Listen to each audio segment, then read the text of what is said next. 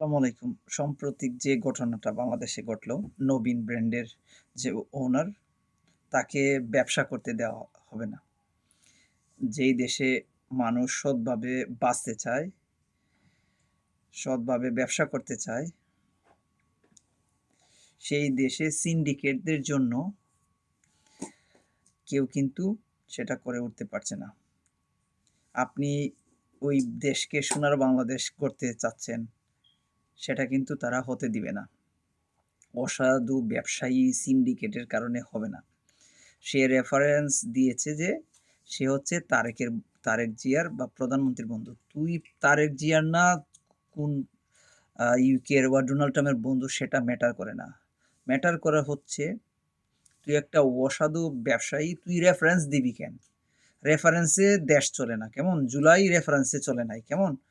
So ৳৩০০ যদি সে পাঞ্জাবি বিক্রি করতে পারি, তাতে তোর সমস্যা কি? তুই অতিলোভী মুনাফা করতে পারতেছস না দেখেই তুই এই ধরনের প্রভাব খাটাইতেছস একটা মানুষের উপর। এটা আসলে মেনে নেওয়া যায় না। কারণ এই বাংলাদেশ আমরা ছাত্র জনতারা কিভাবে জুলাইয়ে আন্দোলন করে আমরা এই ফ্যাসিবাদ সরকারকে সরিয়েছি, এইজন্যই কিন্তু তোমরা এই ক্ষমতায় আসতে পারছো।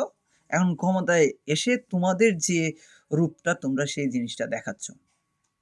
একটা মানুষ ৳৩০০ পাঞ্জাবিটা আহামরি ভালো না, এটা আমি নিজে জানি। কারণ আমি গত ৫ বছর ধরে তাদের পাঞ্জাবি ব্যবহার করছি। ৫০০ থেকে ১,০০০ এর যে রেঞ্জটা সেটা। নিম্ন মধ্যবিত্তদের জন্য ওই পাঞ্জাবিটা আমার কাছে মনে হচ্ছিল অনেক ভালো। কেননা কারণ আপনি একটা পাঞ্জাবি পরে তো ঈদের নামাজটা তো পড়তে পারবেন। যারা নিম্ন মধ্যবিত্ত, যারা রিক্শাওয়ালা, যারা ভ্যানওয়ালা তারা তো এটলিস্ট কিনতে পারবে, তাই না? সে যদি এই উপকারটা করতে পারে, আপনারা কি করছেন? সিন্ডিকেট ডেকে এনে, পুলিশ ডেকে এনে তাকে বিতাড়িত করছেন, তাকে ব্যবসা করতে দিচ্ছেন না। এইটা তো কোনো ধরনের বিবেক, আহ বুদ্ধি বা বিবেক যাদের আছে তাদের আসলে এই করাটা উচিত না। আপনাদের তো বিবেক, বুদ্ধি কিছুই নেই। আপনাদের যে লোভ লালসা, আপনাদের যে চরম লোভ লালসা যে পর্যায়ে গিয়ে পৌঁছেছে, আমরা মোটামুটি কিয়ামতের আশেপাশে চলে আসছি। ঠিক আছে? আপনারা কখনোই চিন্তা করেন না ২ টা চোখ বন্ধ হয়ে গেলে আপনি ৩.৫ হাতের উম বাহিরে আর কিছু নিতে পারবেন না। এই যে এত অটল সম্পদ আপনারা অবৈধভাবে করছেন, এই সম্পদ দিয়ে কি হবে? এই সম্পদে আপনাকে আ আর রক্ষা করতে পারবে না। কবরের আযাব থেকে আপনি কখনোই রক্ষা পাবেন না। এই কথাগুলো বলে লাভ নাই। আপনাদের মতন অসৎ লোকেদেরকে এইসব কথা হাদিসের বাণী শুনিয়ে লাভ নাই। কারণ হচ্ছে আপনারা এতটা নিকৃষ্ট হয়েছেন যে আপনাদের অন্যান্য কান্ট্রির সাথে তুলনা করলে আপনারা এতটাই নিকৃষ্ট হচ্ছেন যে আপনাদেরকে আমরা মানুষের কাতারে বলতে পারি না। আপনারা মানুষের বাহিরে চলে গেছেন। ক্ষমতা দেখিয়ে আপনি কি করলেন? একটা সৎ ব্যবসায়ীরে আপনি কি করলেন? Same, same on guys. এই ধরনের সিচুয়েশনটা ফেস করতে হবে একজন সৎ ব্যবসায়ীকে, সেটা আসলে কাম্য নয়। জুলাই আমরা এইজন্য করি নাই। ফেসিবাদ সরকার এইজন্য আমরা হাঁটিয়ে দেই নাই যে আপনাদের মতন অসাধুরা এখনো এই দেশে বুক চিতিয়ে আপনারা অসৎ কর্মকাণ্ড চালিয়ে যাবেন।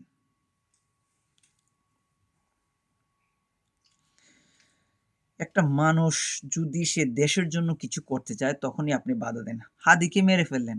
বাহ! কি চমৎকার! এখন নবীনের যে কর্মচারী যারা আছে বা মালিক যারা আছে তাদেরকেও মেরে ফেলেন। তাই তো? আপনাদের জন্য আমরা যারা প্রবাসে আছি, আমরা যে এত খাটাখাটনি করে দেশের রেমিটেন্স পাঠাই, দেশকে উন্নত করার জন্য। আর আপনাদের মতন অতি লালসিত হয়ে যারা আপনাদের কুত্তার চেয়েও মনে করেন যে আপনাদের দামটা এতটাই নিচে আছে। আপনারা কি মনে করছেন? প্রভাব, আপনার টাকা, সম্পদ এগুলো আপনি অনেক বড় হয়ে গেছেন। এই আসমানের নিচে কেউ বড় না। কেমন? আল্লাহর কাছে প্রত্যেকেরই জবাবদিহিতা করতে হবে। আপনি অসাধু, আপনি যে এই যে এই কর্মকাণ্ডগুলো, অসৎ কর্মকাণ্ডগুলো করে টাকা ইনকাম করছেন, ফ্যামিলিকে খাওয়াচ্ছেন। আপনার ফ্যামিলি কিন্তু এজন্য দায়বদ্ধতা নয় বা দায়বদ্ধ নয়। কেননা আপনাকে আপনার কর্মকাণ্ডের জন্য খোদার কাছে জবাবদিহিতা করতে হবে। বাংলাদেশে আরও অনেক উদাহরণ আছে। কিছুদিন আগে যে নামটা ভুলে গেছি, যে সে গোস্ত ৳৫০০ বিক্রি করছে। আপনারা তাকে ৳৫০০ বিক্রি করতে দিচ্ছেন না। কেন? আপনাদের রুটি-রুজি বন্ধ হয়ে যাবে। অসাধু রুটি-রুজি বন্ধ হয়ে যাবে আপনাদের। আপনাদের ব্যাপারে কথা বলতেই আমার লজ্জা লাগছে। আপনারা চাচ্ছেন বাংলাদেশকে সিঙ্গাপুরের থেকে ভালো করে ফেলবেন। কিভাবে ভালো করবেন? আপনারা বাংলাদেশকে একদম তলানিতে নিয়ে যাবেন। একদম কি বলবো? পৃথিবীর সবচেয়ে গরিব দেশ যদি হয়, তাহলে আপনারা কি করবেন? বাংলাদেশ করে ফেলবেন। আমরা যদি যারা মোটামুটি ২০ লক্ষ ২ কোটি মানুষ হচ্ছে আউটসাইড অফ দ্য কান্ট্রি আছি, মানে বিদেশে আছি। আমরা এই মানুষরা যদি একটু কয়েক মাসে রেমিটেন্স অফ করে দেই, আপনারা গিয়ে তলানিতে পড়বেন। বিলিভ মি, আপনারা তলানিতে গিয়ে পড়বেন এবং আপনাদের সাথে কোনো কান্ট্রি আপনাদের সাথে ব্যবসা করতে আসবে না। কেননা এই রেমিটেন্সের কারণে কিন্তু দেশের অর্থনীতির চাকাটা ঘুরতেছে। সেটা আপনারা বুঝতেছেন না। সো আমার ভিডিও যারা দেখছেন, দেশবাসীর কাছে অনুরোধ থাকবে, এই ধরনের কর্মকাণ্ডের বিরুদ্ধে সোচ্চার হওয়া উচিত এখনই। এবং আমি নবীনের যে মালিক আছে তাকে আমি বলব, যদি তোমাকে ব্যবসা করতে না দেওয়া হয়, তুমি হাল ছেড়ে দিও না। তুমি সেটাকে ডিজিটালাইজ করো। অনলাইনের মাধ্যমে তুমি সেটা বিক্রি করার চেষ্টা করো। অনলাইনের থ্রুতে সারা বাংলাদেশে ছড়িয়ে দাও। আমি তোমাকে প্রমিস করতেছি, তোমার অনলাইন ব্র্যান্ডিং থেকে ধরে অনলাইনের যত ধরনের সাপোর্ট লাগে আমি সাপোর্ট করব। দেশের বাইরে আমি অনেকদিন ধরে এই সোশ্যাল মিডিয়া নিয়ে কাজ করছি, ব্র্যান্ডিং নিয়ে কাজ করছি, মার্কেটিং নিয়ে কাজ করছি এবং ইউকেতে একটা ইউনিভার্সিটিতে আছি এবং এখানে আমরাও ব্র্যান্ড স্ট্র্যাটেজি পড়াচ্ছি, মার্কেটিং স্ট্র্যাটেজি পড়াচ্ছি। সো আমরা জানি আসলে কিভাবে ডিজিটালাইজ করতে হয় বিজনেসকে। কেমন? ডিজিটালাইজটা করে ফেলেন। আমি বলব সব ধরনের সাপোর্ট আপনারা আমাদের কাছ থেকে পাবেন। দেশের বাইরে আছি তো কি হইছে? দেশের জন্য আমরা মন কান্না করে আমরা দেশের জন্য যে ভালোবাসা সেটা সবসময় থাকে। সবসময় আমরা এই অন্যায়ের বিরুদ্ধে রুখে দাঁড়িয়েছি, প্রতিবাদ করেছি এবং দেশের বাইরে যারা আছেন আমি বলব রেমিটেন্সটা যদি কিছুদিনের জন্য অফ করে দেন, তাদের চাঙ্গা পুটকি লাল হয়ে যাবে। কেমন? ওদেরকে আপনারা এইভাবে শাস্তা না করলে ওরা আসলে মানুষ হবে না। ওই পশুর থেকে অবস্থা খারাপ হয়ে গেছে ওদের।